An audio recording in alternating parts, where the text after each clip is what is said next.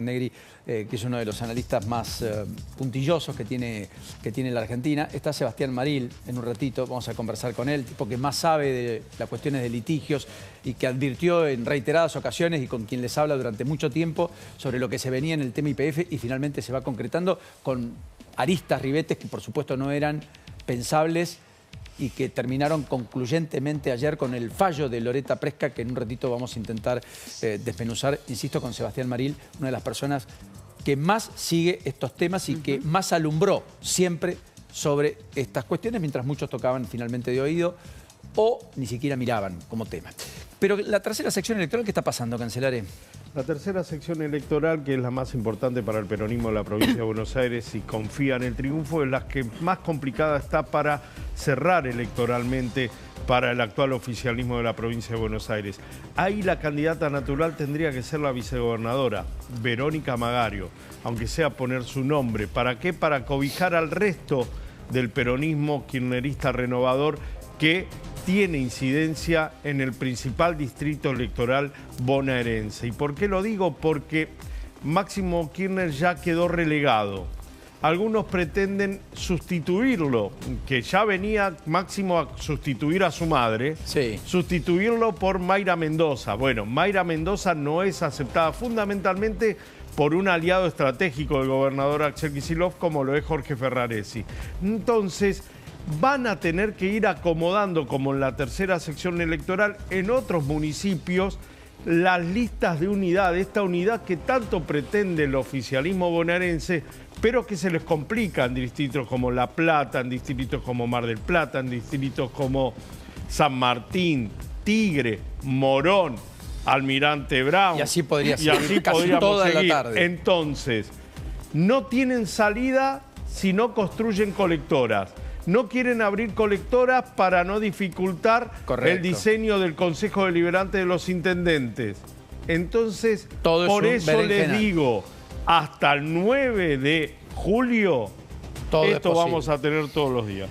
Bueno, mientras tanto están reunidos en el Consejo Federal de Inversiones los ministros de Economía de las provincias después del documento conjunto de todos los gobernadores de la semana pasada reclamándole decisiones concluyentes al Gobierno Nacional en términos de partidas presupuestarias y aumento de fondos coparticipables en el impuesto a los combustibles y una coparticipación directa de los ATN con Guberman, que es el secretario de Hacienda, ¿no? Exactamente. Entienden desde el oficialismo que la jugada de los gobernadores que la semana pasada fueron unidos y que firmaron para tratar de vehiculizar un proyecto para repartir de una manera más acelerada, ¿no? los ATN y distintos giros. Fue una buena jugada que le pone presión al gobierno, que no quiere también esa derrota y además ese roce ida y vuelta con los gobernadores, con los cuales, con muchos de ellos, como vos antes nombrabas en el caso de Corrientes, puede llegar a haber algún armado. Se adelantaban hoy para escuchar justamente a sus ministros de Hacienda. Esta es la foto de los gobernadores. Ya está descartado, no hay armado conjunto. No hay posibilidad. Y algunos lo entienden como un fracaso en las negociaciones, en haber llevado quizás demasiado al límite. Así que veremos qué surge justamente de esta reunión y qué pasada en limpio hay Yo creo que gobierno, ¿no? Cuando el gobierno ayer deja traslucir a través de distintos soft, el propio Guillermo Franco lo hace público, que el gobierno va a ser inflexible con el superávit fiscal y que por lo tanto no hay lugar a las demandas de los gobernadores, que las entiende pero que no hay lugar, hay muchos que empezaron a marcar distancias que no habían marcado hasta acá. Jalil de Catamarca dijo, la paciencia se termina. Jaldo igual, en el mismo sentido, gobernador de Tucumán, otro aliado de la Casa Rosada, que hasta acá dio votos suficientes para inclusive aportar a los vetos presidenciales del año pasado. Sáenz, que tiene muy buena relación con Luis Caputo, que ha trabajado esa relación. Los gobernadores de la Patagonia, uno de los cuales está en el exterior hoy, Figueroa, que está en Washington hoy, con reuniones con el BID y el Banco Mundial. Frigerio, un aliado estratégico que mañana parte rumbo a Alemania a buscar también inversiones. Otro que podría tener algún acuerdo con la Libertad Avanza, exactamente, eso te iba a decir, porque no nos podemos perder el acuerdo con Frigerio. No podemos ir escindidos en muchas provincias y terminar corriendo el riesgo de lo que pasa en Santa Fe, terminar terceros cómodos con un 10%. Mejor estar dentro de un esquema como el que fue el Desdero, que terminó siendo, por supuesto, exitoso. Sí. Lo que quiere evitar el gobierno a todas luces es que falten héroes para rechazar los vetos. Los 87 héroes indispensables en diputados. Bueno, porque efectivamente, diputados mañana ha convocado una sesión para las 12 del mediodía, donde discutirían, entre otras cuestiones, la emergencia en pediatría, respuestas para el Garrahan y el financiamiento para las universidades. Pero además hay una veintena de proyectos adicionales que también podrían llegar al recinto. Hay que ver si juntan el número y si hay quórum. La convocatoria vino por parte de Pablo Giuliano, del bloque Democracia para Siempre, los de Manes. Pero acobijaron el reclamo de muchos otros. Hay que ver cómo se para el PRO y si el PRO tiene una conducta monolítica, es decir, uniforme o no. Hay que ver qué hacemos, o consenso federal, como quieran llamarlo, ese bloque en el cual están desde los que representan a gobernadores pasando por peronistas no kirchneristas, que hasta acá han sido bastante funcionales con el gobierno. Los cordobeses, los de Yarlora, los de este Schiaretti que aparece ya casi más belicoso y en campaña contra el gobierno por el tema retenciones, pero también por otros temas, y algunos dicen va a ser el candidato del cordobesismo inclusive en la provincia de Córdoba. Paulón, que está ahí levantando la bandera, en la imagen que veíamos, que es del socialismo y que está confluyendo en un armado electoral eventualmente desde el socialismo con Manes en la provincia de Buenos Aires y que también es diputado nacional.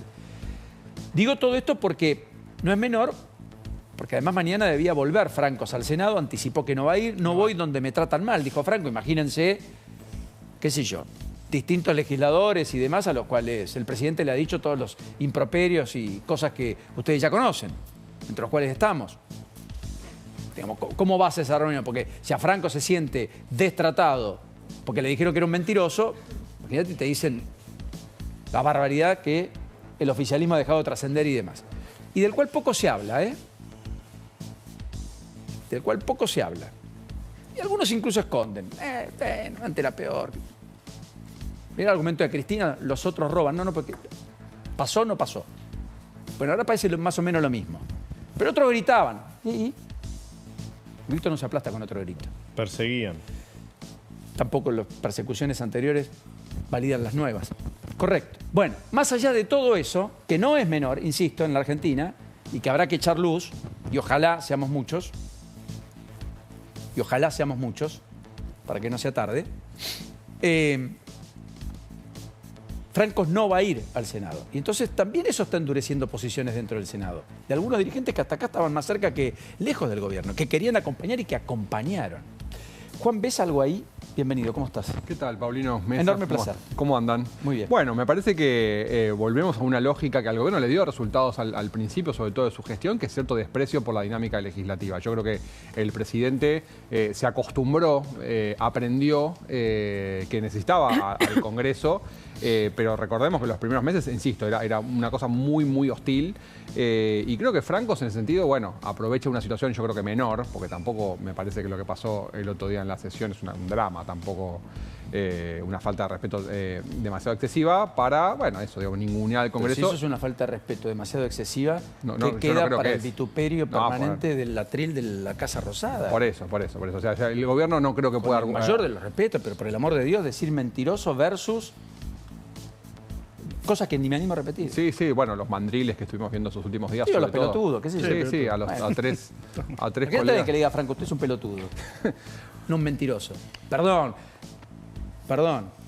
Yo creo que es eso, es una estrategia de endurecimiento para después negociar, pero cierta mirada, digo, de desprecio de parte del Ejecutivo hacia el Legislativo. Hacia las formas republicanas en general, me parece, ¿no? ¿Vos creés que hay espacio para algo más entre el peronismo y la Libertad Avanza? ¿O que acá hay polos que se retroalimentan y que van a definir la elección y que no hay nada por fuera de ello? Particularmente la del 26 de octubre, después hacemos foco en provincias si querés, que me parece que tiene algunas particularidades. Primero, bueno, eso desde ya, digo, las provincias tienen particularidades y cuando hablamos de qué va a pasar en septiembre o octubre, estamos pensando solamente en la provincia de Buenos Aires, ¿no? Que es el único escenario nacional hoy que tenemos. Es decir, cuando hablamos de cómo le va al gobierno, estamos exclusivamente pensando, bueno, tal vez mirando el agregado nacional, pero básicamente estamos mirando la provincia de Buenos Aires. Después que le pasa en Chaco, como hablábamos recién, etc. es como pasa por otro carril. Hoy no, hoy ese espacio no está. El electorado, uno podría pensar a veces más sofisticado de la ciudad de Buenos Aires, que puede preocuparse por la cuestión institucional, mostró que ese espacio está vacío, que la estrategia electoral de estoy con el plan económico de Milei, pero me preocupan las formas, no es una estrategia muy exitosa en este momento. El PRO, en su territorio fundacional, donde tiene su bastión, le fue mal con ese mensaje. Así que yo no imagino un escenario muy distinto, insisto, en la provincia de Buenos Aires, donde me parece que sigue estando en la dinámica, llamémosla segunda vuelta a noviembre del 23. El sector antiperonista prefiere votar a Milei a jugar a la posibilidad de que pueda volver el peronismo con un resultado no tan bueno para el oficialismo. Incluso demanda, reclama eso. Sí, definitivamente. Entonces, muchos dirán, bueno, la verdad que no me gustan las formas, etcétera, cómo trata el periodismo, pero esto es mejor, como decías vos un poco recién, esto es mejor que lo que estaba antes. Entonces, si el gobierno saca un resultado no tan bueno, empieza con el riesgo país, los inversores empiezan a pensar de que tal vez vuelve el peronismo, tratemos de no volver a ese escenario, digamos. Está muy bien lo que marcas, porque eso es parte del debate con el cual todos van a ir a la mesa de negociación. No sé, Maxi, Cancela, les abro un poco el micrófono. Antes de que seamos dos, ya fue María Laura que se quedó sin voz, yo voy a hacer el segundo. Si el aire no lo bajan, no hay mucha chance. Menos mal que lo decís vos, Paulino, y no yo. Hasta cuando se ríe. Bajó la temperatura. Pensé que hacía frío afuera. Más frío adentro. No tanto. Bueno. De golpe se queda sin nafta el auto y te va a quedar perdón la consulta, pero si este tipo de radicalizaciones no les alcanza, porque ya pasan de moda, porque como dijo Paulino hace un instante, ya la gente las toma inadvertida, ¿cuál es el segundo paso? ¿Mayor radicalización o normalidad? Aparecen desnudos ya para llamar la atención. Es una buena pregunta. Yo creo que los gobiernos tienden a sentirse cómodos con lo que les resulta y después les cuesta flexibilizarse a ellos mismos. Me parece que el gobierno de Milei encontró una doctrina, llamémoslo muy entre comillas, ¿no? Que les está sirviendo, que es la polarización, el juego de los extremos, llamar la atención. Bueno, es directamente proporcional, perdón que te interrumpa, a la baja participación. Digo, sobre un electorado menor, con un núcleo duro, quizás son más incidentes. Si esto se amplía, digo, probablemente tengas que flexibilizarlo, probablemente tengas que bajar también la intensidad de esa polarización. De hecho, incluso a Cristina, ¿no? Digo, le sirve dentro de la negociación del peronismo. La mayor radicalidad, digamos. Sí.